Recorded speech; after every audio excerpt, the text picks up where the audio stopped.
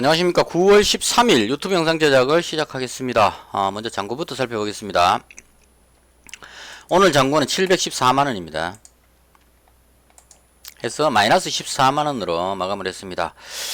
현재 시간 7시인데요. 오늘 방송이 좀 늦었던 이유는 방송 지금 하다가 계속 잘못돼가지고 계속 지우고 다시 하고 지금 반복을 계속 하고 있습니다. 지금 몇 번째 하는지 모르겠는데요.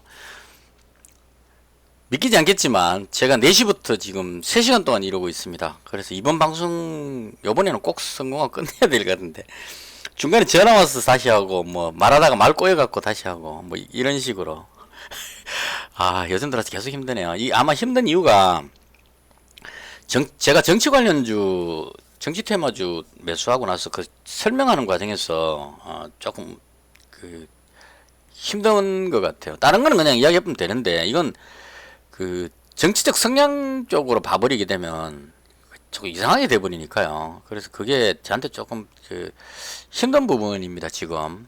근데 대통령 선거할 때까지 제가 정치 관련주를 계속 매매를 할 것 같습니다. 그래서 이건 어쩔 수 없는 일이고요. 제가 슬기롭게 들으시는 분들이 최대한 거부감 안 느끼도록 사실 그건 불가능합니다. 왜냐하면 대한민국은 반반 나눠져 있기 때문에 한쪽 종목 이야기하면 그 반대쪽에 있는 사람은 무조건 기분 나쁘게 들립니다. 그건 어쩔 수 없는 현상입니다. 그래서 이거는 극복할 수 없는 상황이고요. 그래서 지금 제가 하다가 느낀 게 이야기하다 보니까 너무 같다 싶어갖고 다시 하고 하는데요. 정치 관련주를 제일 끝부분에서 방송하겠습니다. 앞에 다른 거 다 해놓고 그럼 지금부터 정치 관련주 이야기하겠습니다 하면 그때부터는 정치적 성향으로 바라보시는 분들은 끄시면 되겠습니다. 안 보고 종목으로 그냥 투자 관점으로 보시는 분은 보셔도 되는데 무슨 말이냐면 제가 안철수 대표 지지자입니다. 근데 안철수 대표는 후보 출마도 안 했고 후보 출마해도 대통령 될 가능성이 상당히 희박합니다. 그래서 제가 안철수 관련주는 매수를 안 합니다. 그래서 저는 자유롭습니다. 왜냐하면 이재명 관련주도 매수하고 이낙연 관련주도 매매받고 홍준표 관련주도 매매받고 윤석열 관련주도 매매를 해봤습니다. 아무 종목이나 옮기는데 전혀 마음에 부담이 없다는 얘기예요. 지금 윤석열 관련주를 가지고 있는데 팔고 내일 이재명 관련주로 갈아탈 수도 있습니다. 순식간에. 제 지지 쪽 성향과는 아무 관계없이 움직일 수 있습니다. 이 사람의 지지율이 올라갈 것 같은 사람 쪽으로 갑니다, 무조건. 그래서 그렇게 보실 수 있는 분만 들으시고 나는 이재명 무조건 이재명이다. 나는 무조건 윤석열이다. 뭐 이런 쪽으로 생각하시는 분은 좀 이따 뒤에 제가 정치 이야기 합니다 하면 그때부터 방송을 끄시면 됩니다. 자, 본론 들었어요. 진짜 이번에 방송 끝내야 됩니다. 최대한 좀 짧게 이렇게 노력해야 됩니다. 금요일 날 미증시 하락했는데요. 이 하락은 좀 생각해 봐야 될 게 필라델피아 반도체 지수는 올랐는데 다우나스닥이 다 하락을 했어요. 그래서 제가 저는 이제 하락 쪽이 아니고 상승 쪽으로 봤는데요. 보시면 나스닥이 연봉 길이가 이게 좀 걱정스럽게 보입니다. 많이 안 빠졌지 싶은데도 조금 염려스럽게 보이고 다우지수도 횡보하고 있다가 밀려버리니까 좀 부담감을 느끼는 모양이 돼버렸어요. 그래서 이게 이제 고민이 좀 많이 됐습니다. 저는 이렇게 빠질지는 몰랐고 대충 횡보하는 정도까지 봤는데 밀려버렸어요. 그래서 왜 빠졌는지 보니까 애플 주가 하락 영향으로 약세, 이게 맞는 것 같아요. 그래서 애플이 무슨 이유로 하락을 했는데 애플이 워낙 시가총액이 높았어. 그래서 지수를 끌어내린 것이 아닌가라고 추측을 해 봅니다. 지금 보시면 뭐 독일 증시도 빠지긴 했지만 많이는 안 빠졌고요. 색깔 바꿔놔야 되는데 안 바꿨네요.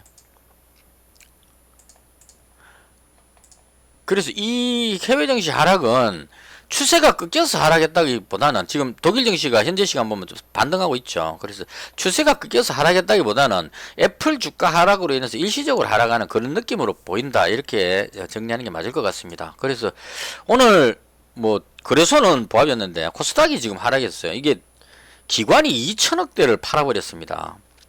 외국인이 한 1,300억, 기관이 1,300억 이렇게 가다가 외국인이 한 960억으로 매도를 줄이고, 외국인 항상 이렇게 하죠.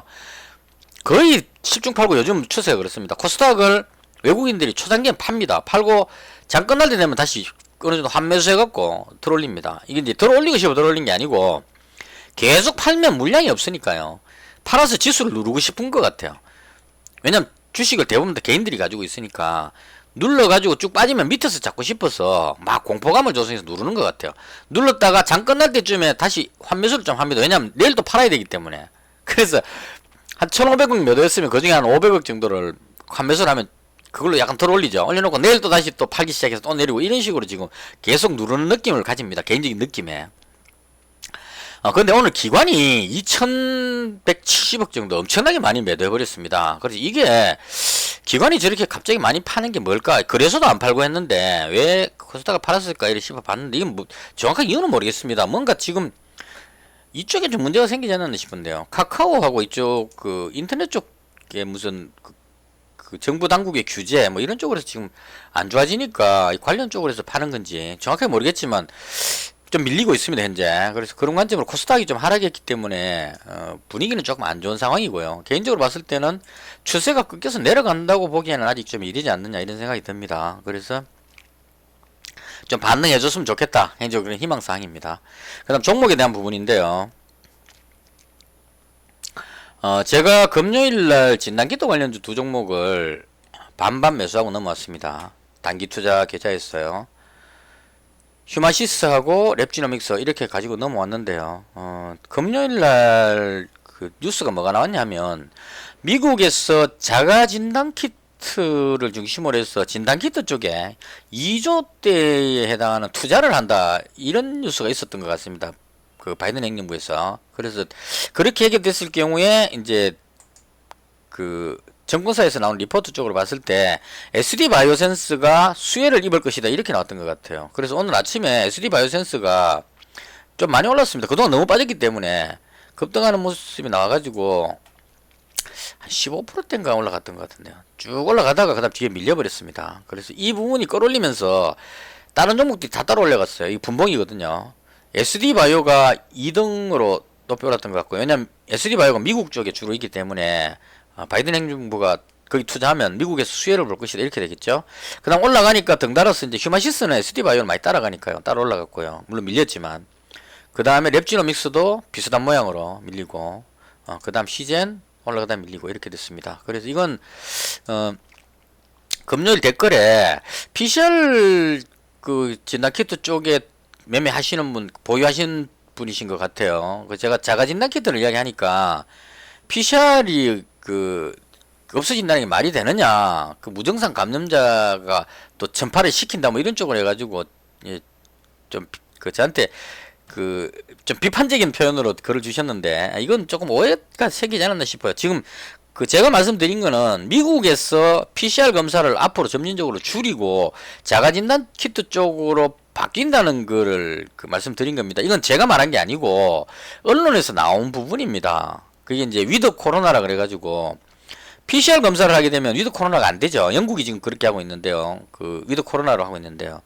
봉쇄를 안 하고 통제를 안 하고 풀어버리는 겁니다.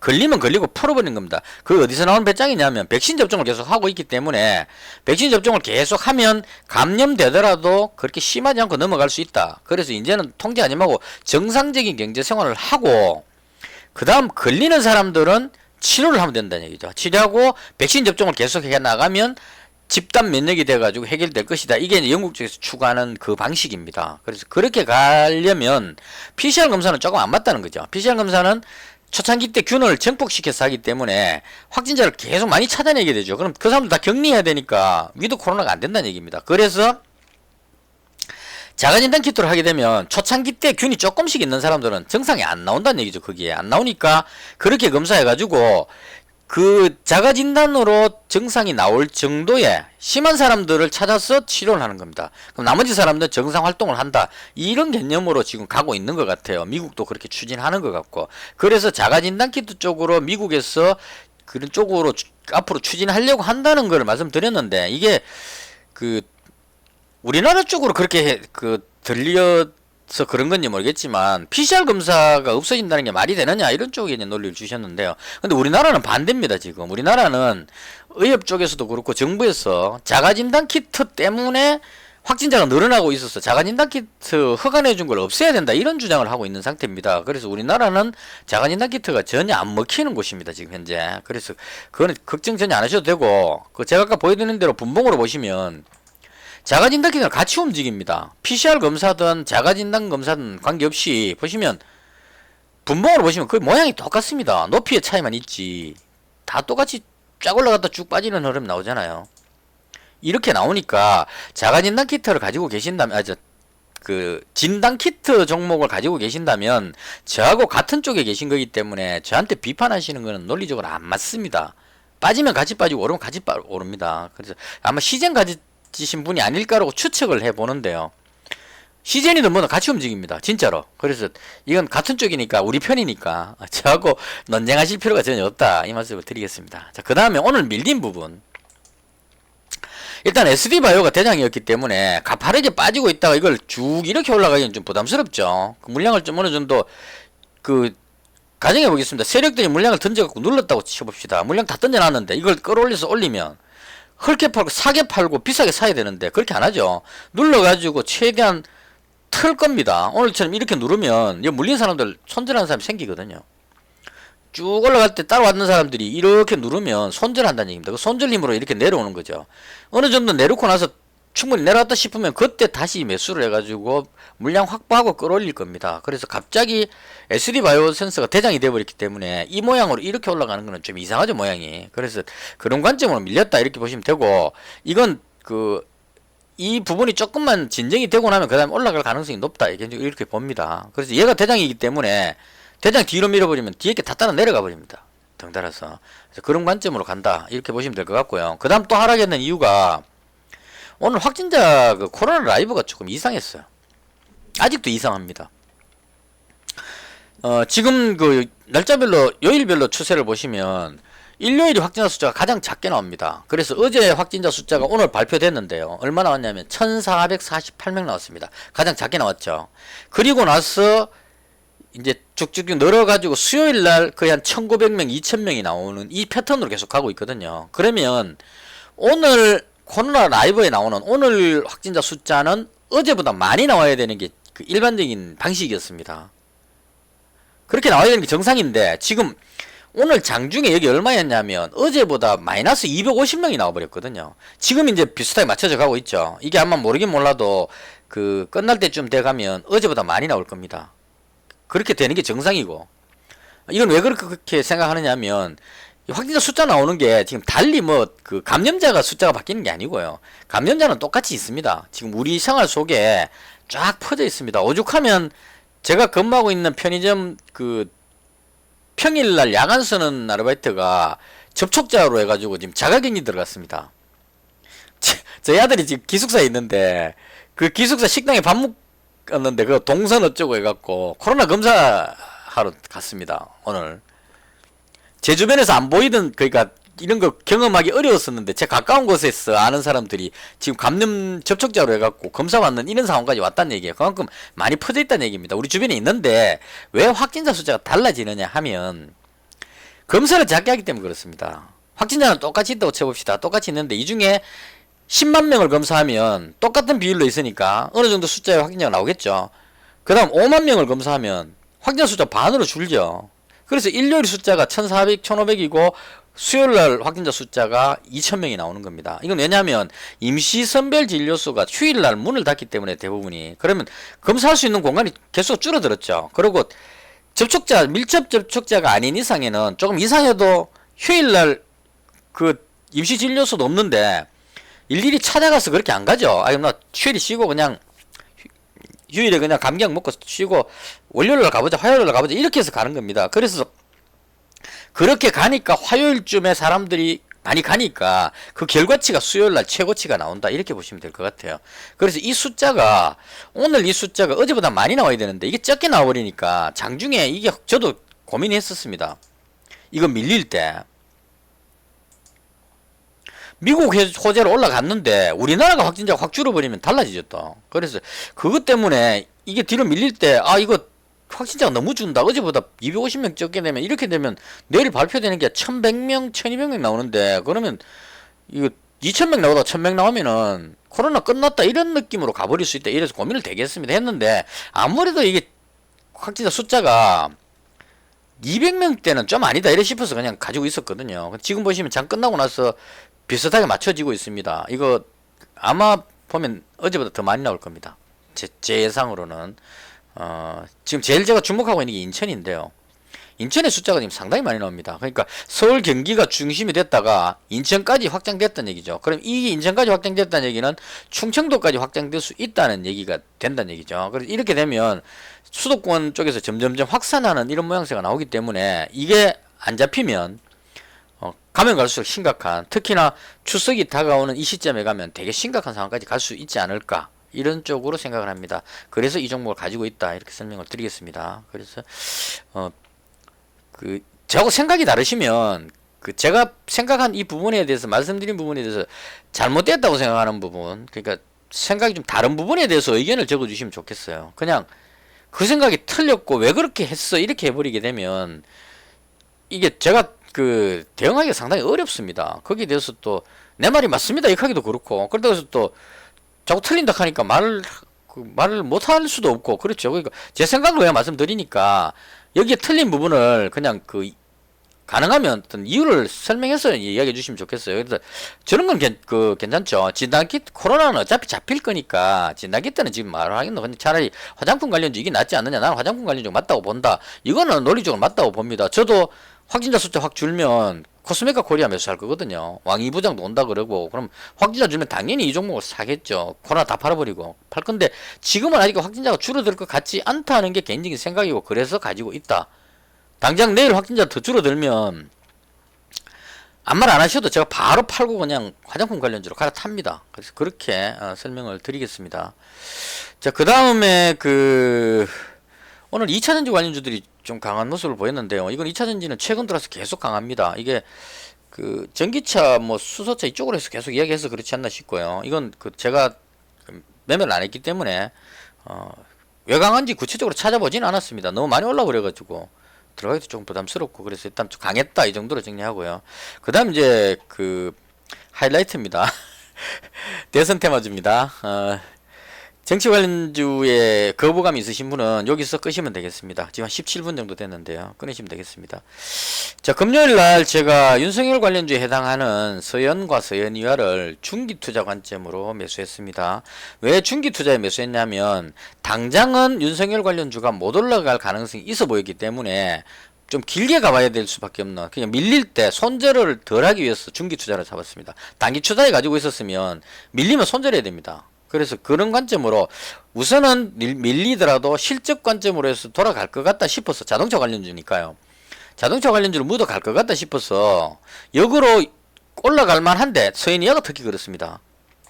올라갈 만한데 이날 올라간 게 이제 자동차 관련해서 올라갔는데 윤석열 관련주로 묶여가지고 오히려 거꾸로 끌려 내려온 느낌도 좀 봤거든요. 그래서 이 부분에 대한 부분이 해결되면 올라가지 않을까, 이런 관점으로 지금 잡았습니다. 좀 덜 위험하다, 이런 뜻입니다. 만약에 대장은 N이 능률이지만 윤석열 전 총장이 대권에 심각한 문제가 발생하면 얘는 많이 빠지게 된다는 얘기죠. 만약에 후보 사퇴해버리면 여기는 아니죠. 한 이 정도 갈 겁니다. 왜냐하면 실적이 좋아졌기 때문에 한 7천원대 정도 오겠죠. 그럼 반토막 납니다. 이렇게 될 가능성이 높다는 얘기죠. 근데 서현하고 서현이화는, 특히나 서현이화 보시면 이 횡보했던 이 부분 선 정도에 와 있습니다. 그래서 쥐뿔도 오른 것도 없다는 얘기죠. 그럼 만약에 충격을 받으면 이 정도는 빠지겠죠. 빠지는데 여기쯤 오면 윤석열 테마주 쪽으로 들어오는 게 아니고 실적이 좋아졌기 때문에 자동차 부품 관련주 쪽으로 해서 매수하는 사람이 누군가 나올 거란 얘기죠. 그러면 빠졌다가 이 매물을 다 먹고 나면 이제는 자동차 관련주로 해서 올라갈 것 같다, 이런 관점으로 덜 위험하다고 얘를 잡은 겁니다. 자, 그 다음 윤석열 관련주를 잡은 이유는 댓글에 그분도 또 그렇게 살았는데요. 제가 생각을 하고 매매를 한다 그러니까 생각이 기준도 없이 그냥 왔다 갔다 한다는 쪽으로 이야기를 하셨어요. 그러니까 매수하고 나서 매수하는 이유를 갖다 붙이는 쪽으로 해석을 하신 것 같아요. 그러니까 윤석열 관련주를 내가 매수했는데 윤석열 관련주가 좋은 점을 설명하고, 윤석열 관련주 팔고 나면 윤석열 관련주 안 좋은 점을 설명하고, 이런 식으로. 그러니까 홍준표 관련주를 팔아버렸으니까 이제 홍준표 관련주 안 좋은 걸 이야기한다, 이런 쪽으로 이제 해석하시는 것 같아요. 이제 그런 뜻이 아니고 이제 그분이 이제 이렇게 얘기했죠. 홍준표, 이재명이 대세인데 윤석열 관련주는 좀 아니지 않느냐, 이런 쪽으로 이야기를 하셨어요. 근데 제가 이재명 관련주도 매매했었고요. 그 다음 홍준표 관련주도 누구보다 매매를 했었습니다. 한국선제 이때 매매했었습니다. 여 잡아가지고 시간에 상한가 나왔을 때 10% 먹고 빠졌었죠. 근데 이렇게 가버리는 바람에 구경했었고, 경남스틸도 단일가 매매 하다가 단일가 매매 3일째 된 이날 동시효과에 오전에 주문 넣었는데 동시효과에 체결이 어느 정도 됐는데 제게 체결이 안 됐어요. 그리고 시초가에 주문 넣었는데 떠버리는 바람에 못 잡았고, 그 다음 30분마다 체결될 때 주문 넣을 때마다 계속 제보다 위로 올라가가지고 포기해버렸는데 그 다음 떠버렸죠. 그래서 영 포기해버리는데 여기까지 가버렸습니다. 그래서 이런 좀 지난 게 있었고요. 그 다음 DSR도 마찬가지로 여기서 제가 올라갈 때 이때 뭐라 그러냐면, DSR이 유승민 관련주였는데 남양홍씨 해가지고 홍준표 관련주로 분류되는 것 같다. 왜냐면 이날 DSR 제강이 가장 돋보였는데, 이날요. DSR 제강이 이날이었습니다. 유승민 관련주가 다 하락하고 있는데 얘만 올라갔거든요. 그날 홍준표 관련주 올랐기 때문에. 그래서 홍준표 관련주로 반응하는 것 같다 하면서 제가 뭐라 그랬냐면, 어쨌거나 꾸역꾸역 해갖고 이까지만 올라오면 그 다음에 날아갈 것 같다라고 이야기하면서 잡았습니다. 근데 제가 여기쯤에서 팔아버렸어요. DSR도 마찬가지고 팔고 나서 날아가 버렸습니다. 그래서 조금 먹고 팔아본데 이렇게 하는 거, 이걸 지금 너무 많이 경험하고 있는데요. 이 부분은 제가 매매를 잘 못하는 것이 아닌가. 한국선제도 마찬가지로 생각을 너무 많이 해가지고 10% 먹고 빠졌는데 지금 올라간 게 2배까지 올라가 버렸죠. 2배 먹을 걸 10% 먹었다는 이런 쪽에 이제 그렇게 됐습니다. 그래서 이거 다 경험해봤고, 홍준표 관련주 누구보다 여기서 매수해야 된다는 쪽으로 주장했던 사람이고요. 이재명 지사 관련주도 마찬가지고 다 했었습니다. 근데 지금 이 시점에 제가 윤석열 관련주를 주목하는 이유는 대충 한 4가지입니다. 제 개인적인 생각을 정리해 볼게요. 이거 틀릴 수도 있지만, 첫 번째로 지지율에 대한 개인적인 생각입니다. 지금 홍준표 의원이 윤석열 총장 지지율을 역전했다는 표현을 썼는데 이건 잘못됐다고 봅니다. 왜냐하면 지지율은 전체 후보에 대한 지지율이 지지율입니다. 무슨 말이냐면, 지금 지지율, 전체 지지율을 보면 홍준표, 이재명, 이낙연, 다시 윤석열, 이재명, 이낙연, 홍준표 이 4사람이 1, 2, 3, 4위를 가고 있습니다. 지지율 조사는 업체에 따라서 다른데요. 진보 쪽 성향에서 조사하면 이재명 27%, 윤석열 25%, 이낙연 15%, 홍준표 13% 이런 식으로 나오죠. 근데 만약에 보수 쪽 언론의 그 조사기관에서 하게 되면 바뀌죠. 보수 쪽에서 하게 되면, 아까 보수 쪽 했나요? 일단 이쪽에서 하면 윤석열이 위에 올라가고 이재명, 저쪽에서 하면 이재명이 위로 올라가고 윤석열이 오고 이런 식으로 됩니다. 결론적으로 봤을 때 1, 2위는 윤석열, 이재명이고 3, 4위가 이낙연, 홍준표, 이게 지지율입니다. 근데 여기서 이 지지율을 왜 하는지 모르겠지만, 야권 후보 중에 누가 될 것 같으냐 이 질문을 한다는 게 저는 상식에서 좀 안 어긋나는데요. 왜냐하면 대통령 선거를 야권 따로 하고 여권 따로 해가지고 대통령 2명 뽑는 게 아니죠. 통틀어서 1명만 뽑습니다. 그러면 묶어갖고 한꺼번에 해야 되는 거지. 야권의 대통령 누가 될 거냐, 여권의 대통령 누가 될 거냐 이렇게 묻는 거는 모순이라고 봅니다. 왜 모순이냐 하면, 자 보십시오. 만약에 전라도 쪽에 있으신 분, 혹은 그 강성 진보 지지자, 친문 지지자 분한테 전화가 와가지고 누구 될 것 같느냐 하면은 이재명 지사 쪽으로 선택을 할 겁니다. 1명만 선택해야 되니까. 근데 여기서 여권 후보는 빼보고 야권 후보 중에 누가 될 것 같느냐라고 물으면 어떤 생각을 할지 한번 생각해 보십시오. 윤석열이 될 것 같다고 하겠습니까? 윤석열이 될 것 같다면 윤석열이 대통령 돼보는데, 윤석열은 절대 되면 안 되죠. 진보 쪽에서 봤을 때는 정권 교체되면 다른 사람은 몰라도 윤석열이 대통령 되면 지금 그 문재인 정부에 상당히 문제가 생길 것 같은 생각이 들잖아요. 상식적으로 그 뭔가 뒤집어지는 느낌입니다. 그리고 엄청난 그 검찰총장 출신이라서 상당한 압박을 받을 것 같다는 그 부담을 느낍니다. 그러니까 윤석열은 절대 안 됩니다. 저쪽 편에서 본다면.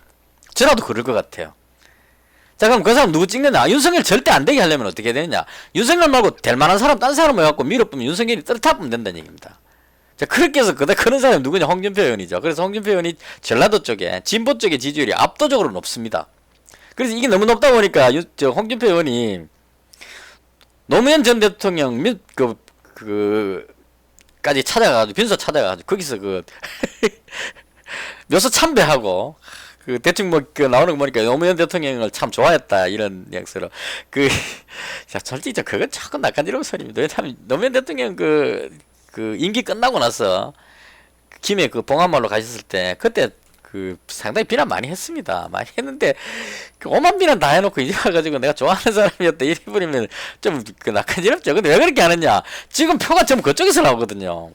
그러니까 그쪽에 잘 보이면 윤석열을 이기고 독보적인 야권 1위가 된다는 얘기입니다. 사람들이 이렇게 되다 보면 홍준표가 야권의 압도적인 1위다 이렇게 되면 진짜 조사할 때 홍준표 쪽으로 찍는 사람이 늘어나갖고 자기가 이길 것이라고 생각하는 거죠. 근데 대통령 선거는 그게 아니죠. 최종적으로 선거할 때 예를 들어서 야권의 홍준표, 여권의 이재명이 나왔다고 칩시다.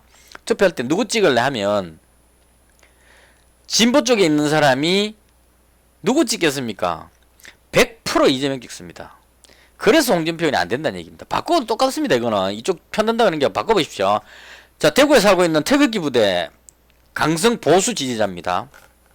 누구 찍을래 하면 윤석열 찍습니다. 자, 근데 이 야권 빼보고 여당 쪽에 누구 찍을래라고 물으면 누구 찍겠습니까? 추미애 찍습니다. 이재명, 이낙연 찍으면 둘 다 불안하거든요. 되면. 근데 추미애 찍습니다. 왜냐면 추미애 찍으면 가장 확실하거든요. 추미애가 여권 후보로 대통령 후보 나오면 보통 무조건 이길 것 같거든요. 그래서 추미애 전 장관이 지지율이 지금 정세균 전 총리를 누르고 3위로 올라갔습니다. 야권 3위로. 압도적인 태극기 부대의 열렬한 지지를 받아서 올라가는 겁니다. 이게 현실이라는 얘기입니다. 근데 막상 만약에 추미애하고 윤석열, 추미애하고 홍준표 붙으면 누가 될 것 같습니까? 상대가 안 되죠. 그거는. 이런 게 지금 현재 추세됩니다. 그래서 제가 봤을 때 지지율의 함정이다. 그래서 지지율은 전체 지지율을 봐준다. 만약에 전체 지지율 조사했는데 홍준표 1위, 이재명 2위, 그 다음에 윤석열 3위, 이낙연 4위 이렇게 간다면 홍준표가 맞습니다. 그때는 홍준표 가는 줄 사야 되겠죠. 근데 아직까지는 윤석열이 전체에서는 이기고 있기 때문에 윤석열 1위 아직까지 1위다 이렇게 봐야 됩니다. 이 첫 번째고요. 그 다음 두 번째 개인적인 의견은 수요일날 제가 벌초가면서 형님하고 차 타고 이제 장시간 고향 가는 길에 이야기하다 보니까 정치 이야기를 안 할 수가 없죠. 그래서 제가 정치 테마주 매매하면서 참고하려고 이제 물어봤습니다. 윤석열, 홍준표, 이재명, 이낙연 이렇게 물어봤습니다. 그래서 이낙연, 이재명 물어봤을 때는 대충 느낌이 이재명 쪽으로, 이재명이 조금 뭐 그런 게 있지만 그래도 추진력이 좀 있다 이쪽으로 이야기하는 것 같아요. 그래서 그쪽으로 선호하는 것 같고 그건 저도 공감합니다. 그쪽인 것 같아요. 그 다음 윤석열, 홍준표 물었을 때 윤석열도 뭐 검사만 했기 때문에 다른 쪽에 이런 쪽에는 좀 약하지 않을까 이쪽에 이제 불안감. 그다음 홍준표가 물었는데 바로 그냥 우리 경상도 사람들은 그런 식으로 하거든요. 그러니까 뭐 친구들 뭐 누구 이야기 하다가 그 이야기 나오면 되게 싫은 사람 나오면 보통 이렇게 하죠. 그 새끼 그거 안 된다 그거 아이씨 하는 꼬라지 보면 이래 나옵니다. 이 경상도 말로 대충 그렇게 나옵니다. 그래서 홍준표가 나그 이야기하니까 조금 순화시켜서 표현하자면 금마 그건 안 된다 하는 거 보면 똑 초딩매로 하는 거 보면 막 조삭조삭거리고 막 이런 뉘앙스입니다. 그래서 참고로 50대 후반에 대구 쪽에서 태어나서 부산에 살고 있는 두 남자의 의견이었습니다. 이 부분 하고요. 그 다음 결정적인 부분인데요. 최근에 고발 사주건으로 이제 사건이 터져가지고 윤석열 총장이 상당히 위기에 빠졌었죠. 금요일날 애니 능률이 시간에 걸려서 하락했었습니다. 그때 뭐가 나왔냐면 고발 부분에서 송 검사하고 김웅 의원하고의 어떤 정황이 나왔다 뭐 이런 부분들을 해서 어디죠? 거기 공수처에서 피의자 신분으로 입건했다는 뉴스가 나왔습니다. 여기서 피의자 입건 이 말은 법잘 모르는 사람들은 되게 심각하게 받아들일 수 있죠. 마치 그 범죄를 지어서 피의자 하게 되면 범인이 돼버리기 때문에요. 구속되는 느낌을 가지게 하는 용어였습니다. 그래서 놀래서 팔았는데 윤석열 총장이 지금 피의자를 입건된 게 세 번째랍니다. 추미애 장관이 고발했을 때도 그렇게 됐었고요. 근데 무죄로 나왔죠. 이게 이제 피의자 입건 이거는 그렇게 중요한 게 아닌 것 같아요. 그냥 혐의가 있다 이 정도로만 보면 될 것 같습니다. 그래서 놀래서 그랬었는데 그게 이제 풀렸고 그 다음에 이제 결정타가 뭐였냐면 제보자가 공익 신고를 해버리는 바람에 제보자를 알면서도 말을 할 수 없는 상황이 돼버렸어요. 그것도 김웅 의원이 기자회견 하려고 하는 바로 전날 밤에 공익 제보자로 돼버렸습니다. 그래서 김웅 의원이 기자회견 할 때는 제보자를 이야기하려고 기자를 모았는데 바로 그 전날 저녁에 공익 제보자 돼버리니까 말을 못하는 겁니다. 제가 이 부분에 대해서는 말을 할 수 없습니다가 돼버린 거예요. 그래서 이 기자회견 자체가 말할 수 없다가 돼버리는 기자회견이 됐습니다. 이상하게. 그래서 공익제보자 됐기 때문에 만약 그 상태로 그대로 갔다면 어떤 문제가 생기느냐면 제보자가 누군지를 말할 수 없죠. 그럼 뭐만 남느냐 하면 송 검사하고 김웅 의원하고 뭔가 했는 그 정황만 남습니다. 근데 이 정황은 어느 정도 팩트인 것 같아요. 무슨 문서상으로 뭔가 이게 나왔는데 그게 위조가 아니고 진짜인 것 같습니다. 그래서 김웅 의원하고 송 검사 사이에 뭔가 일이 있었던 거는 제가 봤을 때 확실한 것 같아요. 뭔가가 있었던 것 같아요. 왜냐하면 김웅 의원하고 송 검사가 김웅 의원이 그 검사 쪽 출신인 것 같아요. 같은 뭐 동기생이고 어쩌고 되게 친하답니다. 그래서 그 당시 때 국회의원 선거니까 김웅 의원이 국회의원이 아닌 시절이니까 당에 충성해갖고 뭔가 한 건 해야 되는 상황이기 때문에 검찰 쪽에 있는 친구한테 도움을 받아서 뭔가를 만들어갖고 이걸 전달했던 것 같아요. 전달했는데 전달을 받은 중간에 있는 사람이 그걸 제보를 해버린 겁니다. 전달하고 제보했겠죠. 어떤간 그렇게 해서 제보를 하게 돼버린 겁니다. 그래서 이 부분이 팩트가 돼버리게 되면 제보자가 공익제보자가 돼버리면 뭐만 남느냐 하면 이런 업무가 있었다가 되는 거고 여기서 구체적으로 밝힐 수는 없죠. 윤석열 총장이 송 검사한테 지시했는지 안 했는지는 아무도 모릅니다. 윤석열 총장하고 송 검사밖에 모르죠. 증거가 있을 수가 없죠. 둘이 했으니까. 그래서 이게 팩트로 만들기만 하면 김웅 의원하고 송 검사가 뭔가 했다는 것만 팩트로 만들어내고 나면 이건 증거가 있으니까요. 만들고 나서 그 다음에는 밀어붙이면 됩니다. 이런 정황이 있는데 송 검사가 윤석열 총장하고 가깝다. 당시 검찰총장인 윤석열 총장이 대국민 사과하고 후보 사퇴하라 이렇게 밀어붙이면 되는 겁니다. 그러면 그 우리 드루킹 때 많이 봤죠. 댓글로 욱 해가지고 공격하면 이 한 사람 매장 시키는 건 쉽습니다. 안철수 후보, 제가 안철수 지지하기 때문에 저 억울해서 하는 말인데요. 안철수 하면 떠오르는 게 딱 MB 아바타밖에 안 떠오르죠, 전부 다. 이명박 대통령하고 안철수 후보하고는 아무 관계가 없습니다. 그쪽을 가장 싫어했던 사람입니다. 그런데 왜 MB 아바타가 돼버렸습니까? 드루킹이 그렇게 만들었거든요. 이건 나중에 진짜 사과해야 됩니다, 이거.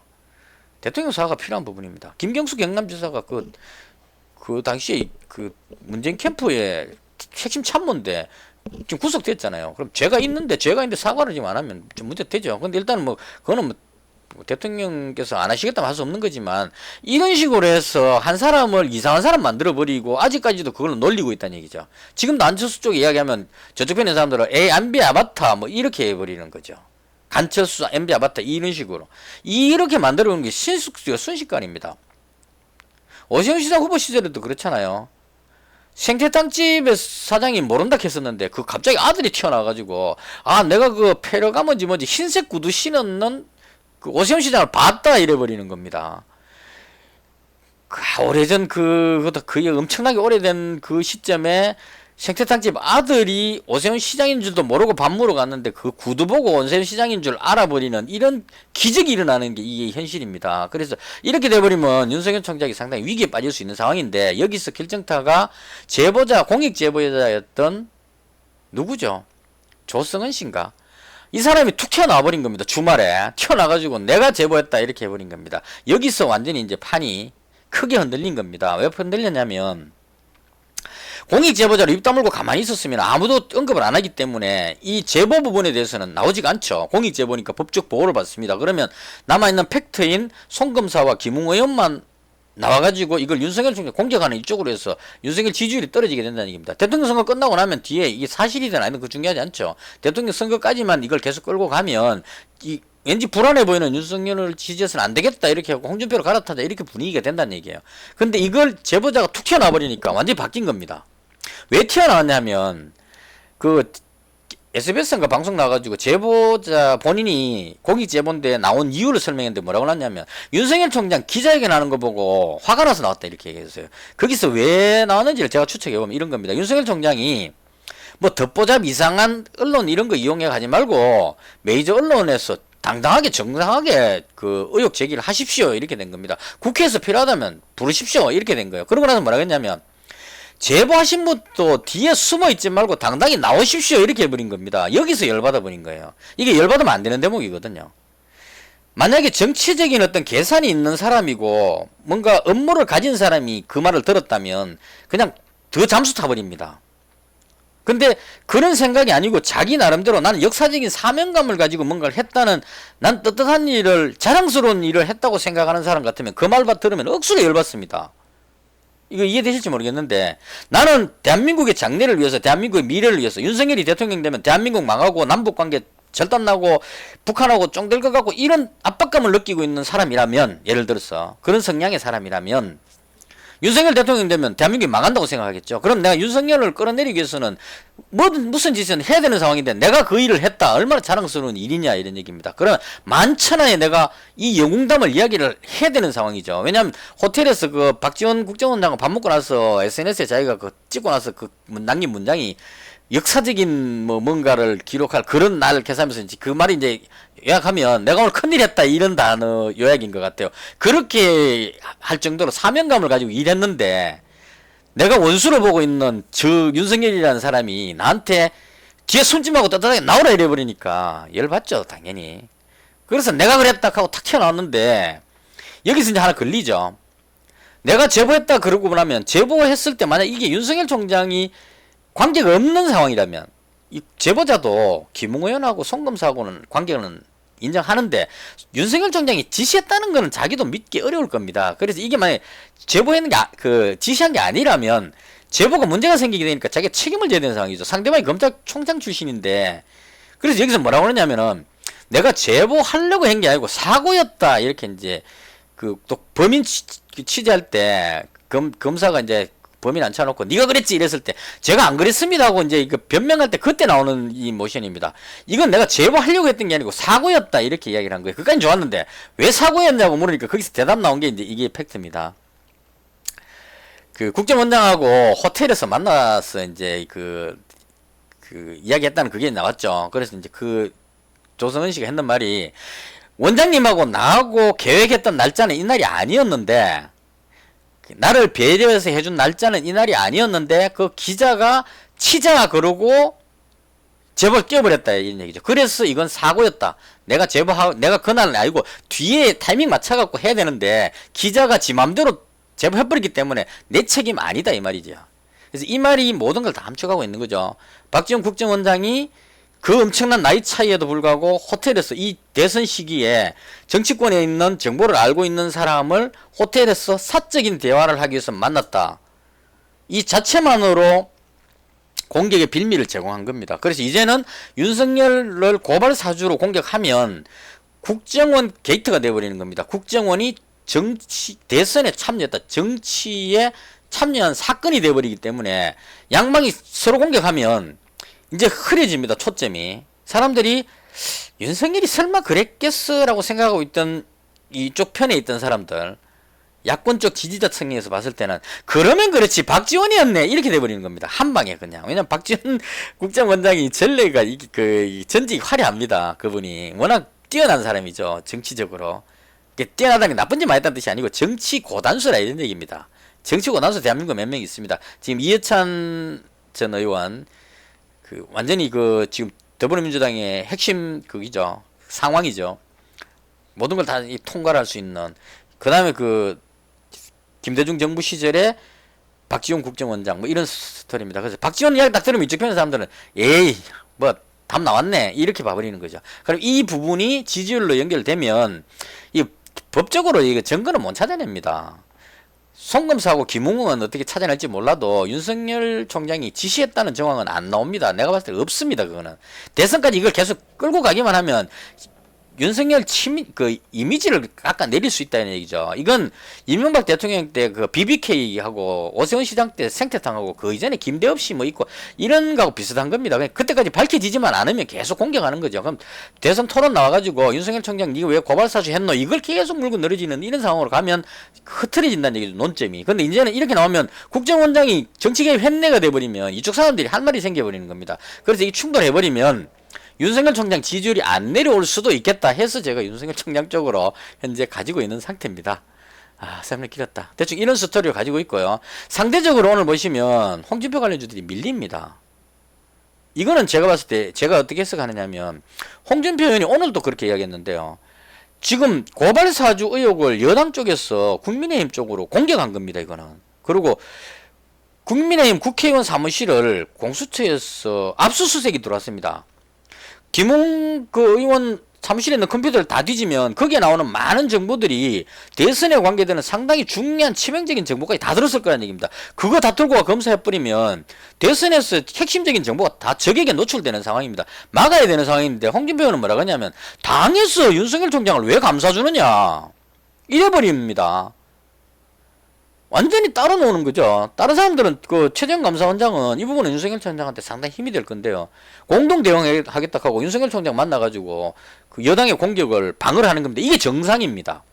적이 들어올 때는 막고 막아놓고 나서 그 다음에 나중에 토론회 할 때 공격하는 건 괜찮아요. 그거는 이낙연, 이재명이 싸우잖아요. 괜찮은데 만약 여기서 공격하면 이재명, 이낙연이 꼰질러 갖고 이쪽 편 들어 갖고 내부 공격 안 하고 둘이 같이 대응해서 막습니다. 막아놓고 저끼리 싸우죠. 마찬가지죠. 이쪽도 문제가 생기면 공동으로 최재형 감사원장이 하는 것처럼 윤석열 총장 만나가지고 공동 대응하고 힘을 모아주고 그 다음에 이 방어가 되고 나서 국민의힘을 살려놓고 그 다음 여기서 싸워야 되는 겁니다. 토론을 해야 된다는 얘기예요. 근데 국민의힘 다 부숴부고 집 다 뭉개보고 나서 그래도 내가 대장이다. 이건 아니죠. 이렇게 하면 안 된다는 얘기입니다. 이걸 갖다 내부 총질이라 그러거든요. 그래서 내려온 것이 아닌가. 이 사건에서 만약 윤석열 총장이 그 연루된 의혹을 못 밝혀낸다면 홍준표 의원은 내부 총질적으로 연결이 되어버릴 수 있기 때문에 치명적일 수 있다 이렇게 볼 수 있어서 내려오지 않았을까라고 추측을 합니다.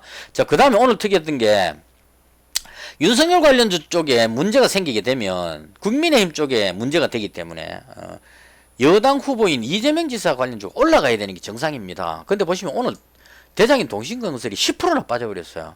그래서 이건 해석을 어떻게 해야 되냐면 그 정세균 총리가 그 후보 사퇴해버렸습니다. 지금 장 끝나고 나서 나왔습니다. 그 시간의 거래 때. 그래서 시간의 거래 때 보시면 부국철강 2.8% 올랐죠. 그 다음에 삼부토건 4.3% 올랐죠. 남선알루미늄 1.9% 올랐죠. 그럼 지금 현재 삼부토건을 대장격으로 보는 것 같고요. 시너지 이노베이션도 지금 뭐 그렇게 높지 않지만 이낙연 관련주들이 다 올라가고 있다는 얘기입니다. 장중에도 보시면 이낙연 관련주가 거의 한 대장격인 남선알루미늄이 그냥 9% 정도. 남선알루미늄은 이낙연 총재하고 그 전 총리하고 관계가 전혀 없는데 이게 움직입니다. 이게 대선 테마주의 특징이죠. 어떤 간에 올라갔습니다. 이게 왜 그렇게 되냐면 이번에 강원도 쪽에 그 경선이 끝나고 나서 발표가 나왔는데요. 이재명 지사가 또 이겼습니다. 이겼는데 뒤에 꼬리표가 붙었습니다. 격차를 좀 줄였다 이렇게 됐어요. 격차가.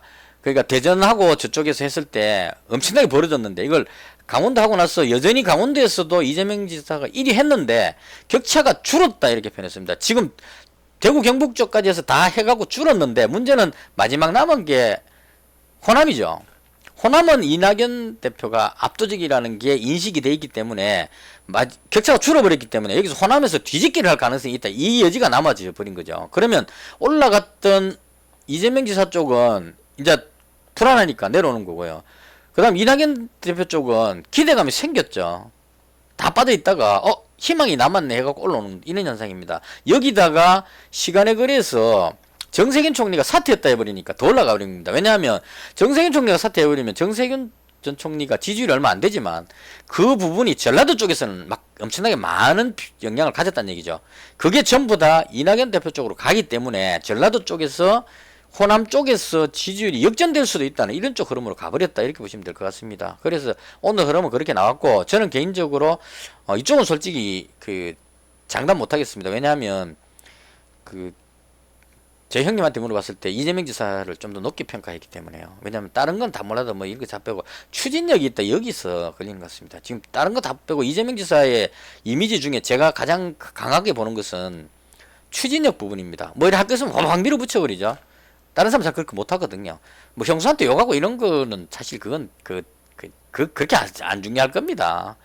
뭐 그렇게 따지면 뭐 돼지 발정제는 똑같죠. 그거 중요하지 않고 추진력 면에서 강하기 때문에 전라도 쪽에서만 봤을 때는 이낙연 대표가 우세일지 몰라도 전국적으로 봤을 때는 이재명 지사가 좀 더 가능성이 있다라고 판단한다면 호남 쪽에서 투표하는 경선 투표하는 사람들이 그래도 전국적으로 봤을 때 대권에서 경쟁력이 이재명 지사가 좀 더 높지 않을까라고 판단할 가능성이 높다고 봅니다. 그래서 저는 개인적으로 한다면 이재명 지사 쪽으로 한 표를 던질 것 같습니다. 개인적으로. 근데 솔직히 장담 못 하겠습니다. 왜냐하면 제가 경상도 쪽에 살고 있기 때문에 호남 쪽 정서를 전혀 몰라가지고 이쪽은 대봐야 되겠다. 그래서 이렇게 정리를 하고요.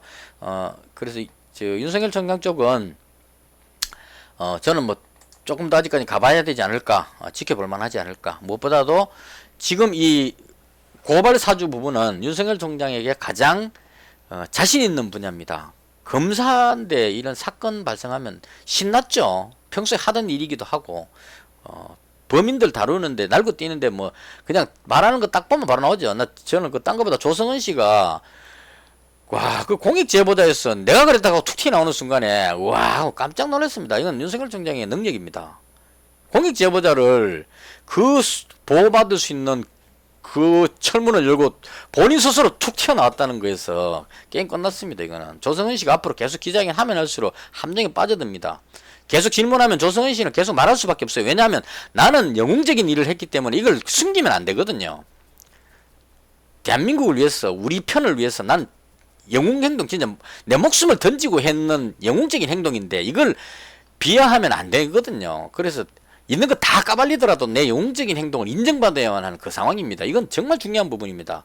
이건 다른 뭐 여당이 이기고 야당이 중요한 게 아니고 내 이 영웅심에 손상받으면, 자존심에 상처받으면 안 되기 때문에 이걸 건드릴 겁니다. 계속 윤석열 총장도 건드릴 거고 야권 쪽에서 자꾸 건드릴 겁니다. 건드리면 그 막 흥분해갖고 말하면 그 속에 박지원 원장이 한 몇 번 나올 겁니다. 거기서 뒤집어진다 이렇게 봅니다. 그리고 마지막으로 하나만 더 첨부하자면 윤석열 총장이 그 뭐 집사부 일체가 뭐 제가 보진 않았지만 예전에 정치인들이 방송에 출연했던 그런 프로에 나온다고 합니다. 근데 지금 최근에 윤석열 총장 지금 46분이 됐는데 조금만 더 할게요. 이 방송 여기서 자르고 다시 할 수는 없습니다. 지쳐갖고 또 못합니다. 그냥 할게요. 길더라도. 윤석열 총장이 최근에 그 나오는 거 보면 조금 달라 보입니다. 그 검정단한테 이렇게 이야기하는 거 보면 얼굴이 미소가 가득하죠. 웃고 그 다음에 민생 행보하는 것도 그렇고 대구 쪽하고 강원도 쪽에 이렇게 시찰하는 것도 그렇고 강원도 그 시장인가 어디 가서 이렇게 할 때 많이 힘드시죠. 조금만 참으십시오. 뭐 이렇게 이야기하는 이런 부분들을 이렇게 보면 억수로 사람들하고 가까운 듯한 느낌, 격이 없어 보이는 느낌입니다. 이런 거 되게 좋아하거든요. 나이 든 사람들은. 그리고 거기다가 결정적으로 개인적인 이 추측입니다.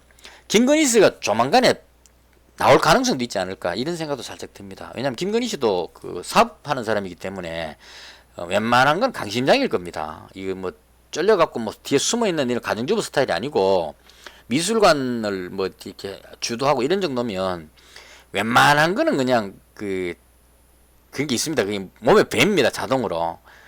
뭐 내가 IMF도 겪었는데 이런 심정으로 저는 살아가기 때문에 IMF 때 장사하고 생존했기 때문에 이 정도 코로나쯤에 이런 어떤 거는 마음에 가지고 있는 게 이게 장사하는 사람들의 마인드입니다. 장사꾼 똥은 개도 안 먹는다는 이런 게 이야기했거든요. 그래서 김건희 씨가 어느 시점에선가 직접 언론에 나올 가능성도 있다고 봅니다. 그렇게 나오게 되면 이것도 하나의 큰 뒤집어지는 문제가 될 수 있습니다. 왜냐하면 줄리가 그 사람으로 변신해 버리기 때문에 엄청나게 많은 생각들을 하게 될 겁니다. 그래서 이런 것들하고 그다음 앞으로 그 토론회든 뭐든 할 때마다 윤석열 총장이 지금 엄청나게 그 목소리를 높일 수 있는 바로 그 내부 총질하는 것도 한마디 했죠. 지금 이런 상황에서 이런 식으로 해갖고 정권 교체 하겠단 말입니까? 이게 한마디 탁 던졌죠. 홍준표한테 한마디 한 겁니다, 그거. 그래서 이런 부분들을 해서 저는 윤석열 총장 쪽에 한 표를 던지겠습니다. 하지만 이상현상이 생긴다면 내일이라도 바로 손절하고 갈아탈 자신도 용의도 있습니다. 여기까지 해서 오늘 영상을 모두 마치겠습니다. 너무 길었습니다. 시청해주셔서 대단히 감사합니다. 마치겠습니다.